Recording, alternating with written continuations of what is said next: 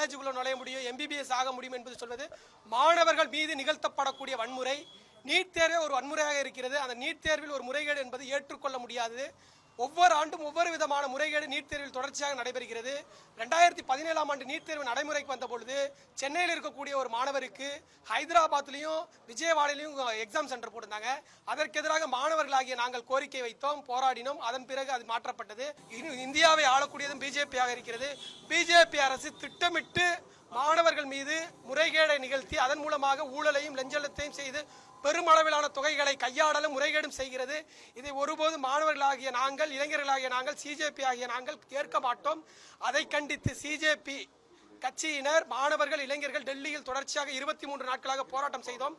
இன்றைய தினம் டெல்லியில் நாடாளுமன்றத்தை நோக்கி, இந்திய நாடாளுமன்றம் கூடியிருக்கக்கூடிய நேரத்தில் இந்திய நாடாளுமன்றத்தின் கவனத்தை ஈர்க்கும் வகையிலும் இந்திய மக்களின் கவனத்தை ஈர்க்கும் வகையிலும் ஜனநாயக உரிமையில் இந்திய அரசியலமைப்பு சட்டம் வழங்கியிருக்கக்கூடிய உரிமையில் அமைதியான போராட்டத்தை சிஜேபியினர், மாணவர்கள், இளைஞர்கள் போராட்டத்தில் ஈடுபட்டிருந்தோம்.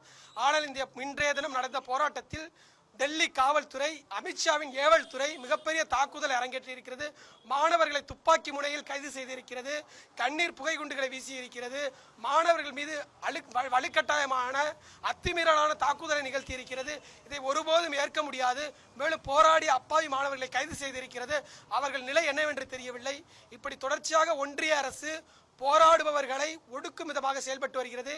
இதற்காக நியாயம் கேட்டு உலகமறிந்த சமூக ஆர்வலர் தோழர் சோனம் வாங்சுக் அவர்கள் தொடர்ந்து 21 நாட்கள் உண்ணாவிரத போராட்டத்தை முன்னெடுத்தார். அந்த உண்ணாவிரத போராட்டத்தை முடக்கும் விதமாக அவரை இப்பொழுது எங்கு வைத்திருக்கிறார்கள், அவர் என்ன சிகிச்சையில் இருக்கிறார் என்ற எந்த விதமான தகவலையும் ஒன்றிய அரசு தர மறுக்கிறது.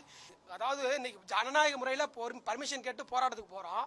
நாங்கள் 50 பேர் கூடுறோம். ஆனால் போலீஸார் 500 பேரை திரட்டிட்டு எங்களை என்னமோ அச்சுறுத்தல். நாங்கள் என்ன திருட வந்திருக்கோம், கஞ்சா வைக்கிறான், கள்ளச்சாராயம் வைக்கிறான், பெண்களுக்கு எதிரான வன்கொடுமை நாளுக்கு நாள் தமிழ்நாட்டில் அரங்கிறது. ஒரு நொடிக்கு ஒரு பெண்கள் பாதிக்கப்படுறாங்க. இது நான் சொல்ல, ஒன்றிய அரசினுடைய தேசிய குற்ற ஆவண காப்பகம் சொல்லுது. ஒரு நிமிடத்திற்கு ஒரு பெண் பாலியல் வன்முறைக்கு உள்ளாக்கப்படுறாங்க. இதை தட்டி கேட்க வக்கில்லாத காவல்துறை போராடி நியாயம் கேட்கிற எங்களை என்னமோ பெரிய அச்சுறுத்தல் மாதிரி அந்த பேரிகார்டில் இரும்பு கம்பியெல்லாம் சுற்றி வச்சிருக்காங்க. போலீஸ்லாம் லத்தியோட நிற்கிறாங்க. இதை பார்க்கும் பொழுது புது மாணவர்களுக்கு பயம் ஏற்பட்டது. எங்களுக்கு பாதுகாப்பான இடம் தேவைப்பட்டது. அதனால் இந்த இடத்தை பயன்படுத்தி இருக்கிறோம். இந்த போராட்டம் என்பது முழுக்க முழுக்க சிஜேபியினர், கரப்பான் பூச்சிகள், இளைஞர்கள், மாணவர்கள் நடத்தப்படக்கூடிய போராட்டம் தான். இது மாணவருடைய தன்னெழுச்சியான போராட்டம். எங்களுடைய கோரிக்கை என்பது நியாயமான கோரிக்கை. மாணவர்களுக்காகவும் பெற்றோர்களுக்காகவும் ஒட்டுமொத்த சமூகத்திற்கான கோரிக்கை.